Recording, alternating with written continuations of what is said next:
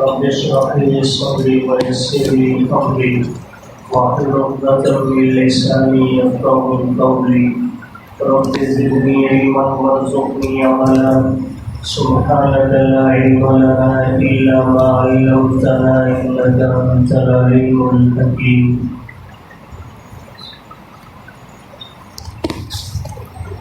یا داؤد اے داؤد انا جعلناک خلیفۃ فی الارض، بے شک ہم نے بنایا ہے آپ کو نائب زمین میں. فاحکم بین الناس بالحق، پس آپ فیصلہ کیجیے لوگوں کے درمیان انصاف کے ساتھ. ولا تتبع الہوی، اور نہ پیروی کیجیے خواہشات کی. فیضلک عن سبیل اللہ، پس وہ گمراہ کر دے گی آپ کو اللہ کے راستے سے. ان الذین، بے شک وہ لوگ یضلون عن سبیل اللہ، جو گمراہ ہوئے اللہ کے راستے سے. لہم عذاب شدید، ان کے لیے ہے سخت عذاب. بما نسوا یوم الحساب، اس وجہ سے کہ انہوں نے بھلا دیا حساب کے دن کو. وما خلقنا السماء والارض، اور نہیں بنایا ہم نے آسمانوں اور زمین کو. وما بینہما، اور ان دونوں کے درمیان جو کچھ ہے اس کو. باطلا، بیکار. ذالک ظن الذین کفروا، یہ گمان ہے ان لوگوں کا جنہوں نے کفر کیا. فویل للذین کفروا، پس بربادی ہے ان لوگوں کے لیے جنہوں نے کفر کیا. من النار، جہنم کی آگ سے. ام نجعل الذین آمنوا، کیا بنا دیں ہم ان لوگوں کو جو ایمان لائے. وعملوا الصالحات، اور کیے انہوں نے عمل اچھے. کالمفسدین فی الارض، ان لوگوں کی طرح جو زمین میں فساد پھیلانے والے. ام نجعل المتقین کالفجار، یا بنا دیں ہم تقوی والوں کو فسق و فجور والوں کی طرح. کتاب، یہ کتاب ہے انزلناہ الیک، جسے ہم نے نازل کیا آپ کی طرف. مبارک، برکت والی ہے. لیدبروا آیاتہ، تاکہ لوگ غور و فکر کریں اس کی آیات میں. وَلِيَتَذَكَّرَ أُولُو الْأَلْبَابِ، اور تاکہ نصیحت حاصل کریں عقل مند لوگ.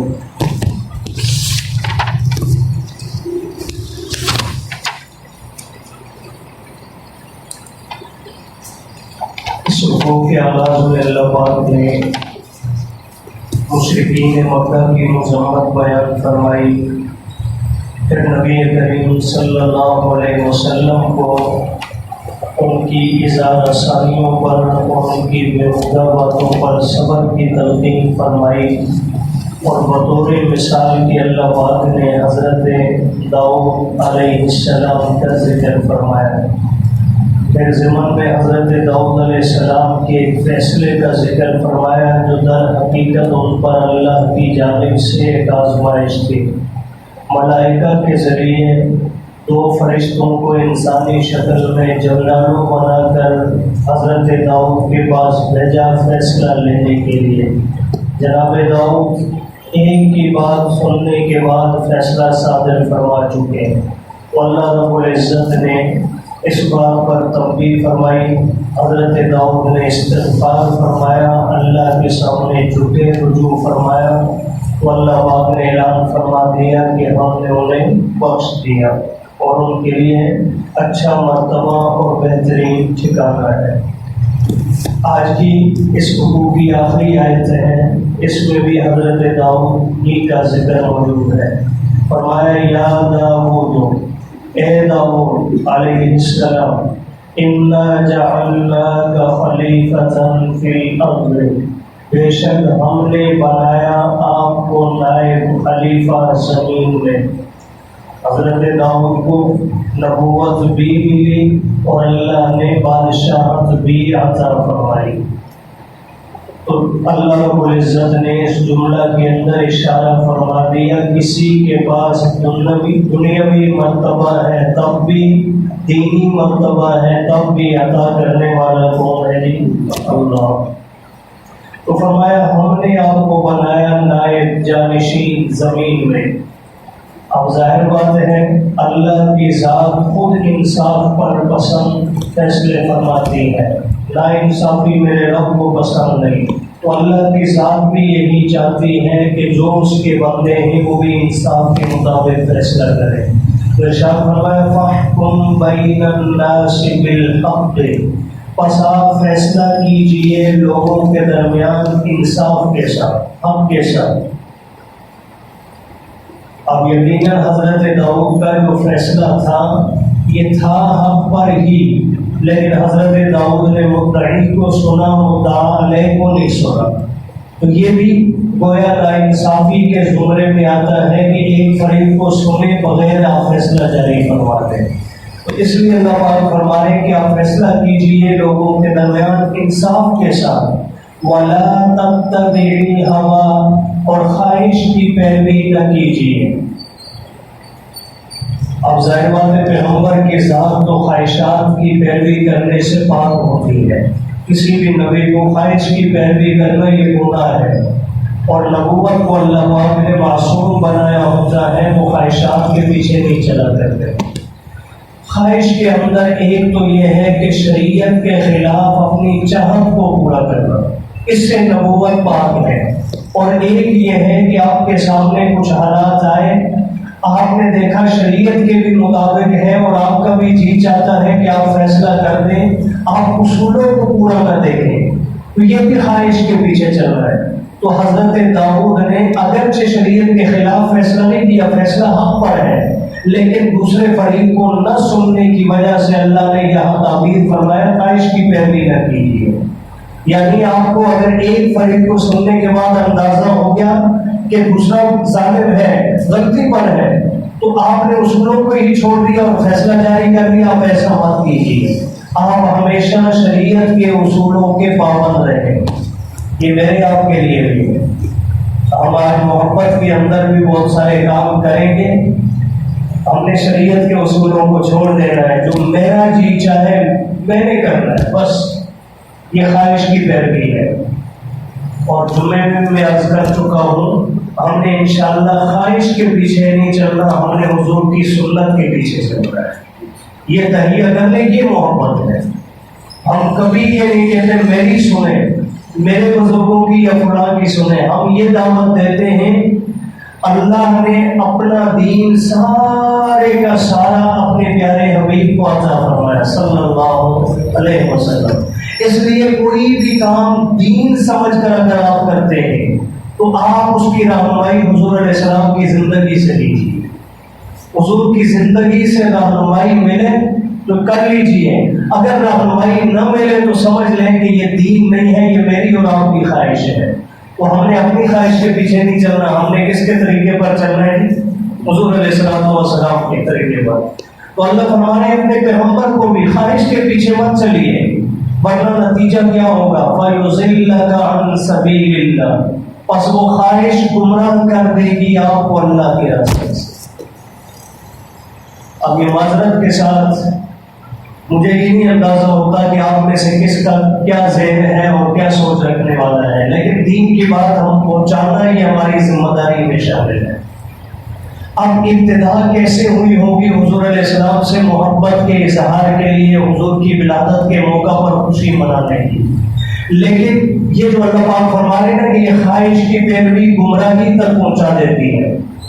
آج ہی سوشل میڈیا پر میں نے ایک کلپ دیکھا، آپ بھی شاید دیکھ چکے ہو، ایک جگہ پہ لوگ جمع ہیں، باقاعدہ ڈرم ان کے پاس موجود ہے، ڈھول بجایا جا رہا ہے، اور باقاعدہ پورا ایک شادی کے اندر جو گانے اور ناچ کا پروگرام ہوتا ہے وہ باقاعدہ منایا گیا، اور ساتھ کہا جا رہا ہے معذاللہ کہ حضور کی آمد پر خوشی کا اظہار کیجیے.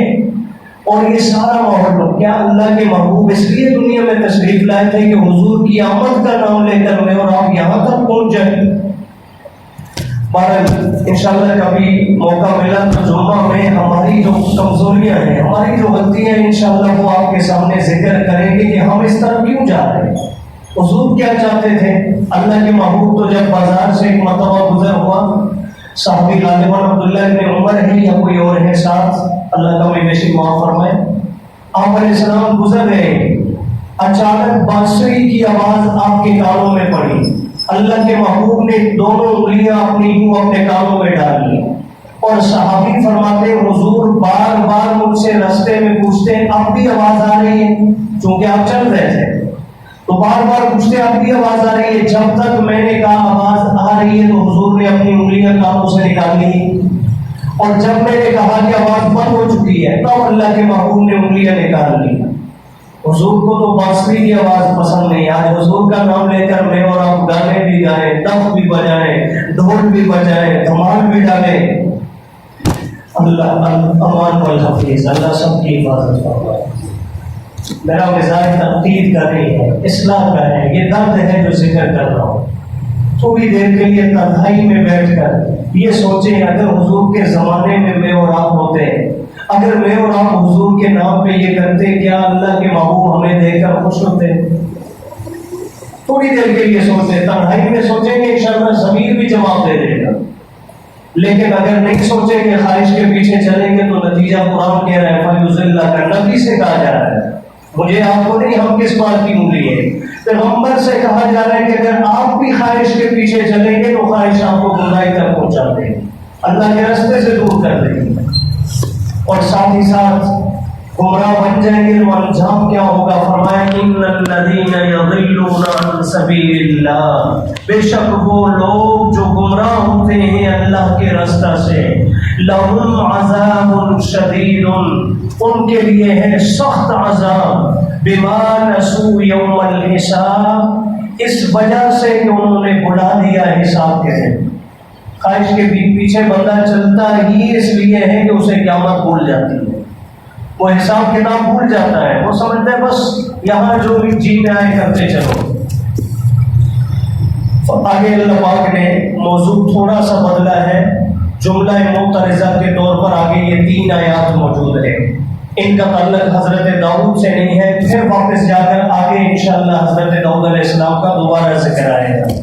ان 3 آیات میں اللہ پاک نے نظام کائنات کے متعلق مشرکین مکہ کے ایک فاسد خیال کی تردید فرمائی ہے. مشرکین مکہ بھی اور پوری دنیا کا باطل یہ سمجھتا ہے یہ آسمان، یہ زمین، یہ کائنات میں جو کچھ موجود ہے اس کا کوئی فائدہ نہیں، بس یہ بیکار ایسے ہی بنے ہوئے، یہ جامد چیزیں ہیں، ان کا کوئی فائدہ نہیں.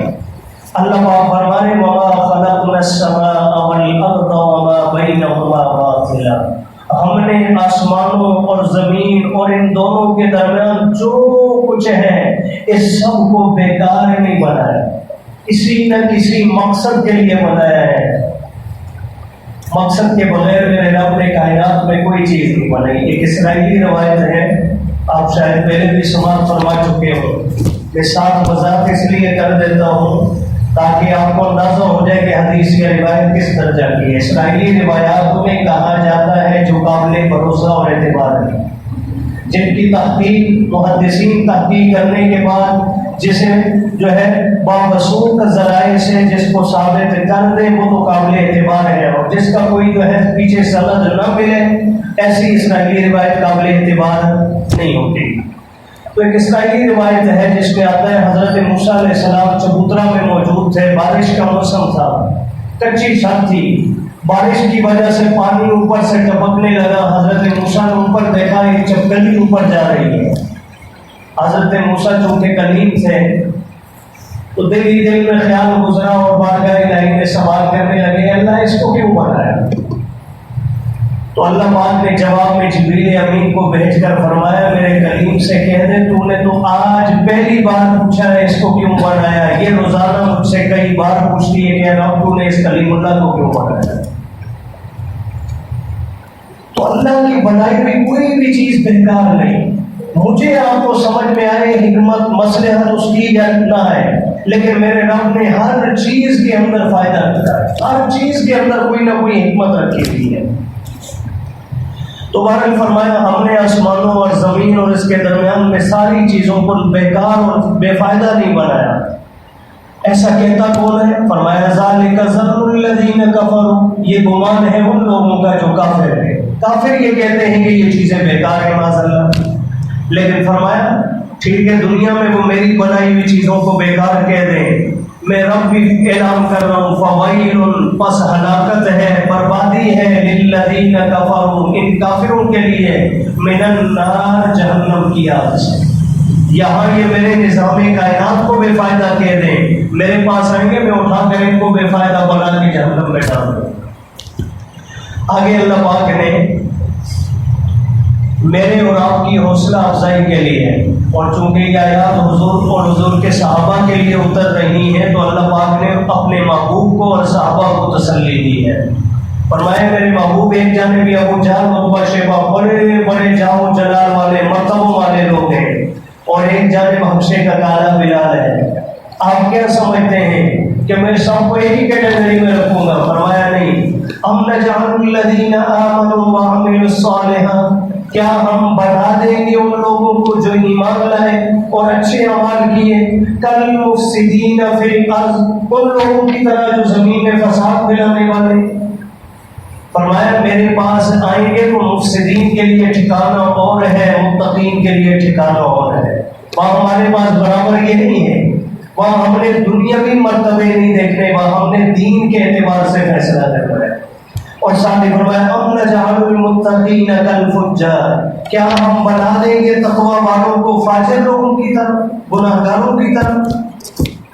اب حضور علیہ السلام سے فرمایا میرے محبوب یہ آپ پر اترنے والے قرآن مجید کو بھی تسلیم نہیں کرتے ہیں، حالانکہ یہ قرآن مجید کتنی عظیم کتاب ہے. فرمایا کتاب، یہ کتاب ہے انزلناہ، جسے ہم نے نازل کیا آپ کی طرف، الیک، آپ کی طرف، مبارک.